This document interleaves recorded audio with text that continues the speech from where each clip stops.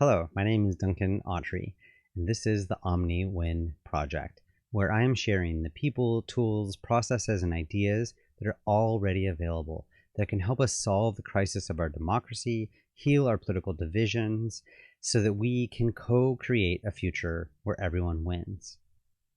This summer, I started off a long series that now has over 20 videos and essays about simplicity and complexity. And this series has revolved around one of my favorite quotations, which comes from Oliver Wendell Holmes Sr. It goes like this: "For the simplicity that lies on this side of complexity, I would not give a fig. But for the simplicity that lies on the other side of complexity, I would give my life." Today, we are finally going to get to the simplicity that lies on the other side of complexity. I'm going to share with you a simple and transformational way of understanding what is going on in the world. And as Holmes says in the quote, this understanding is so valuable that I personally have dedicated my life to it. I've actually come to think about it as my life purpose. And this video will set us up for the next one, where I'm also going to be sharing with you a beautiful visual model that puts all of this into perspective. And I'll just tell you a little story that when I figured this idea out a decade ago, it actually felt like it was what I had been searching for my entire life.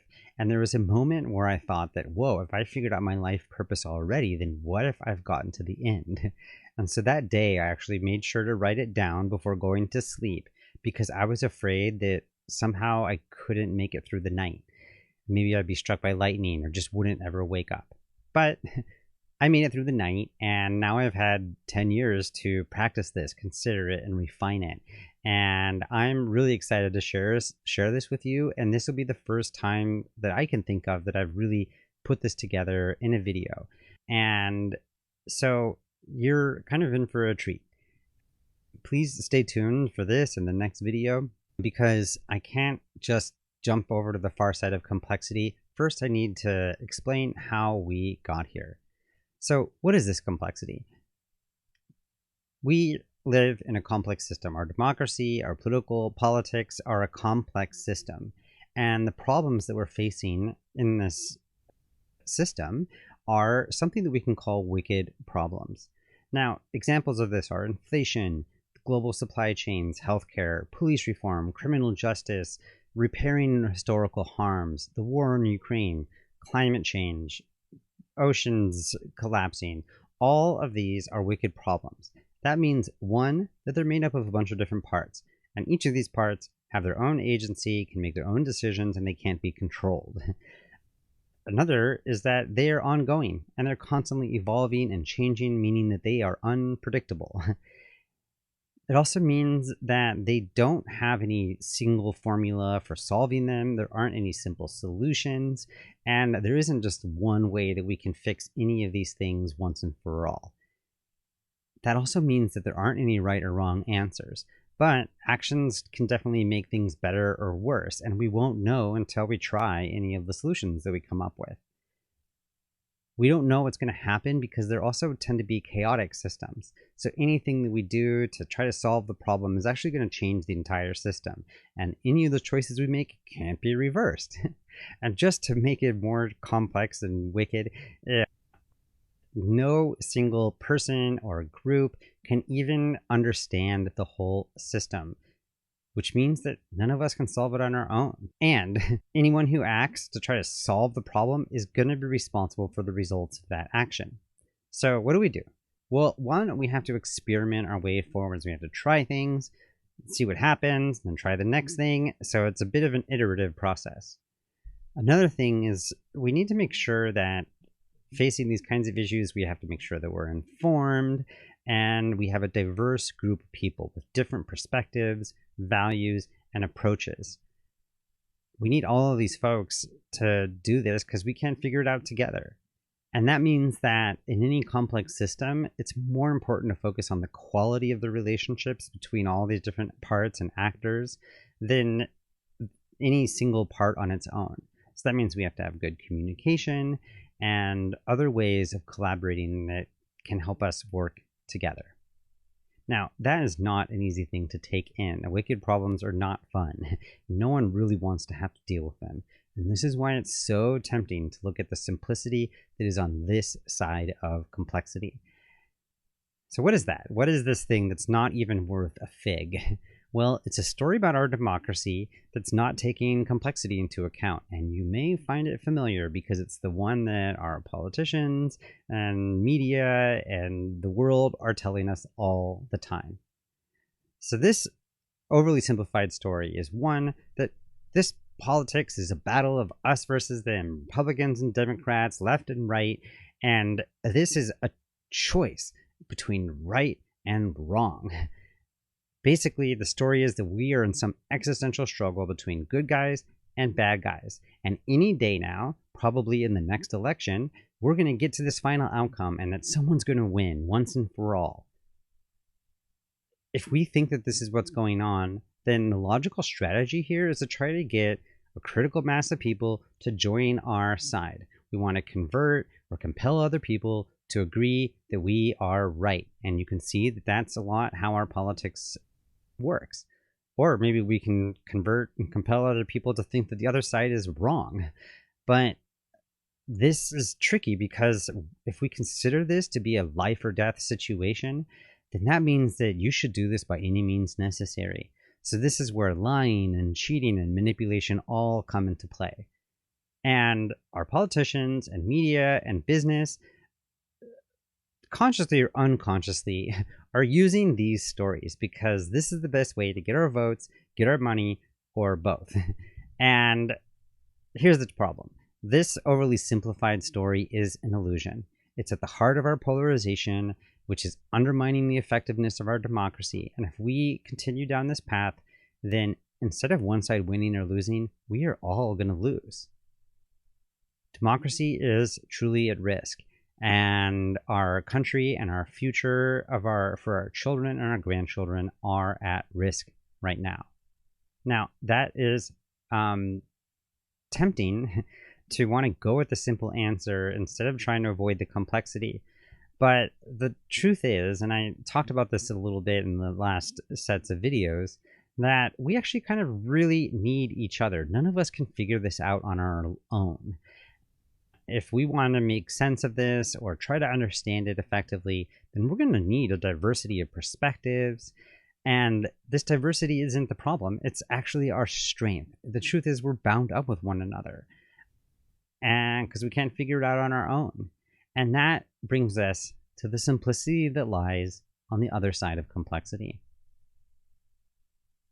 So what is this simplicity that is so valuable that I would dedicate my life to it? It's that we are all one. Okay, actually, I'm joking a little bit. That's maybe too simple. Might be right, but let's be a little more specific here. The simplicity that lies on the other side of complexity is this. One, it's not about us versus them. It's a story about us and them. It's not about right versus wrong. Instead, it's about finding the dance of what we think is the good way to do it or the bad way to do it, or more specifically, what way of doing this would be better or which way would be worse. It's also worth remembering that that idea of an easy, simple answer is not accessible, but there is usually a single unifying question that we can all be trying to answer. And each of us, as we're trying to answer this question, we're doing this right now, with every day, with every choice, with every interaction that we take. And this is happening at all scales, from our individual lives, in our groups, in our political parties, in our country, and on a global level. And then it's also worth realizing that there's not going to be an end to this. And in fact, we don't want to get to the end faster than we have to. We are in a process. It is something that is ongoing and iterative. So the way that I like to explain this, that we're going to use for a bit here, is a model that I call the fractal yin-yang. So the yin-yang is something that you're probably familiar with, and this is something that comes from Taoism, which is an ancient Chinese philosophy, and there it looks simple, but it's a little more detailed than you might imagine. So the first thing that you could just name about the yin yang is that it is one system, but is generated by a duality. And this duality is between what the Chinese called yin and yang. Now, there's a lot of different ways of thinking about this, but you can call it order and chaos, or what is known and unknown. You can see hot and cold, day and night, light and dark. Another one of the dualities that's here is what they call masculine and feminine. But today I'm going to really focus on what I think about as the tension between self and other. And the idea of this tension of self and other is that on one hand, we each are free. We can do whatever we want. And on the other hand, we need to be in relationship with each other and the world. And that comes with all sorts of constraints. So we can think about this as freedom and limits. But one of the great ways of explaining this tension comes from a guy named Paul Tillich. He was a US theologian, and he calls this tension power and love. Tillich defines power as the drive of everything living to realize itself with increasing intensity and extensity. And he defines love as the drive towards the unity of the separated. So that brings us to this idea that, it's really not about like power or love. It's actually about power and love. It's about us and them. Life, it turns out, is just this ongoing tension between self and other, and between freedom and independence on one hand, and interdependence and connectivity on the other hand. And so one way to think about this is that if we're in a conflict, it also means that we are in a relationship. And when we're polarized, it also means that we're part of a larger whole. This system that looks like it has two sides is actually a bit of an illusion. Whether we're trying to figure out, is it this policy or that policy, yes or no, Democrat, Republican, left or right, they're actually one interdependent system. And that brings us to this idea that it's called interdependent polarities. This whole idea of polarity thinking comes from a guy named Barry Johnson. And I talked about this in a previous video in this series, but I'm just going to touch on a couple points about an interdependent polarity. In this kind of polarity, the two sides seem like they're opposites, but they actually give each other meaning. You can't have one without the other. Or as I said before, they're a single system. So we can't have a sense of self without having a sense of other, and vice versa. We can't define who the other is without knowing who we are. And these systems are generated by each of these kind of wicked problems that we're facing. This, as I said at the top, there's like a unifying question that is sort of bringing any interdependent polarity into tension. And we can think about this as like the center of gravity or a strange attractor. Whatever it is that we're all fighting about is something that we're connected around. It's something that brings us together. We can also think about these kinds of questions as like this vanishing point on the horizon, just in the sense that we can get closer to it and closer to it, but we're not actually going to get there. So wherever we find a polarity, there's something that this polarity is revolving around. And so this is one of the simplicities that come on the other side of complexity. And that leads to a really interesting insight that when we're managing a polarity, one of the first things we need to do is identify, understand, and agree on what is the question that we're trying to answer. We have to figure it out. What is it that we're even talking about right now? And that is the foundation to even attempt to manage any conflict transformation process. And so instead of asking, like, do you believe in this, or do you not believe in it, or do you join this side or not that side? Instead, we need to have questions that say something like this. what do we do about gun violence? What do we do about climate change? What do we do about inflation? And for any wicked problem, though, or any complex system, any of these kinds of great open-ended questions are going to lead to infinite answers. So that brings us to what is the next feature of the yin-yang that I think is worth pointing out. You see that curved line going through the middle? That line is what the Taoists thought of as the Tao. This is the way. And one of the goals of Taoist philosophy is to sort of stay on this line, to walk that line with as much clarity. And in Taoism, the idea is that you can tell if you're on this line, if things are going well or not. If it's flowing, then you're in line with the Tao. And if you're not flowing, then you're off track from the Tao. Now, I'm going to stop trying to explain the Tao, because the first rule of the Tao is that the Tao that can be explained is not the true Tao. So let's bring this to our reality here. The line here through the middle is how we live our lives. Our values and our beliefs, which we can kind of think about as this yin and yang, are just ideas.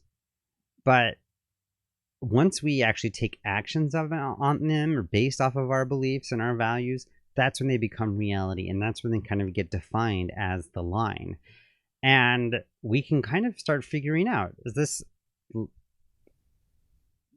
instead of trying to say like, well, this side's better or that side's better, we can start thinking about like, well, what are the results? What are we getting as results when we make these different choices? And it's tempting to look at this model and try to say that there's like a clear line there, and we can maybe define exactly where that line is, or maybe we can straighten it out. But the Taoists did two things with this symbol. One, they made the line curved, trying to point out that this is not a straight line. But also, they made sure there's a little bit of black in the white and a little bit of white in the black, because this is not very clear where that line is. And so when we're trying to figure out, is it right or wrong, or try to like figure out once and for all if we're trying to do the right thing or someone's doing it the wrong way, we can start thinking about it as better or worse, because it's way more nuanced than that. And each action, that we're taking, might get better or worse. Now, I'm saying better or worse because we're never going to agree on right and wrong. Just values are just too diverse for that. But we can actually come up with some shared criteria for what is better and worse. Now, just some examples in case that seems impossible. Like, one question might be, is it sustainable, right? Like, does a certain way of navigating this, is it leading more towards chaos and everything coming undone? Or is it allowing for the system to keep on going? Or we might wonder, can we say that this is an inclusive or respectful? Are we taking into account the whole country? Are we taking into account all of the people in our country, or all the people on Earth, or all of the ecosystem? Or another question that might be a way to think about this is our experience of navigating this tension smooth and easy, or is it something that's difficult and painful? Polarity thinking teaches a really nice way to think about this as well, which is that it's important to make sure that there's a balance. If we choose one polarity at the exclusion of the other, it's almost always going to be destructive. If we try to make sure that one side wins or the other side loses, then it's not going to work out well. But if we can figure out how to get a tension between whatever our tension is or whatever's polarizing us, then it can become a generative system. And this happens because the positive qualities of one side will balance out the negative qualities on the other side, and vice versa. So just thinking about this power and love, self and other, if you are only going to do what's good for yourself, your group, your political party, your country at the expense of everyone else, then that becomes destructive. And Martin Luther King, who was a student of this power and love dynamic, called this reckless and abusive. But if we're only going to care about the needs of others, whatever's good for the group, and you're going to do this at your own expense, then that will drain the energy out of the system. It takes away people's initiative to try things and make it happen. And King called this sentimental and anemic. So we need to make sure that we find a balance between individual freedom on one hand and the collective unity. And if we can do that, that makes us stronger.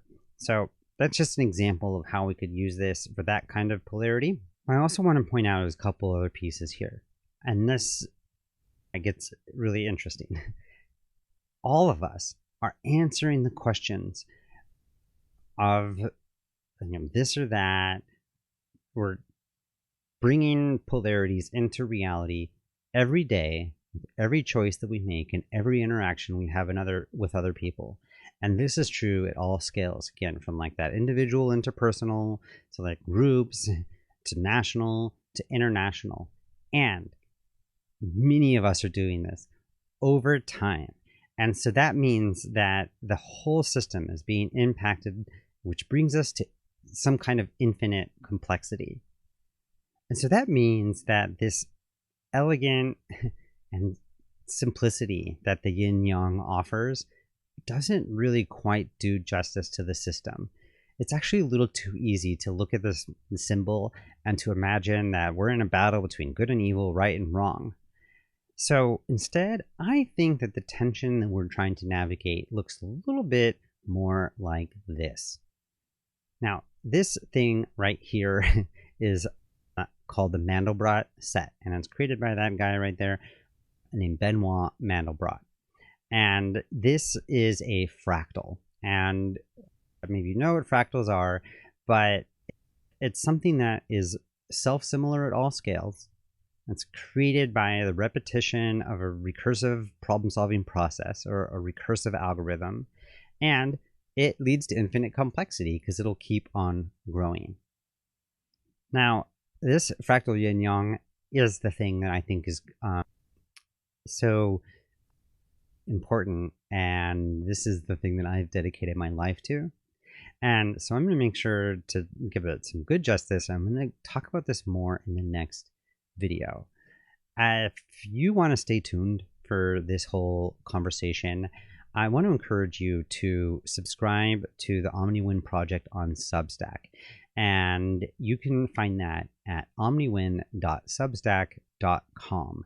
And there you can get all the upcoming content, well, all the existing content, you can find it there, but you can have all the upcoming stuff sent to your inbox so you can not miss any opportunities and you can hear me talk about the fractal yin-yang. Thank you so much for watching this video and for wanting to co-create a future together.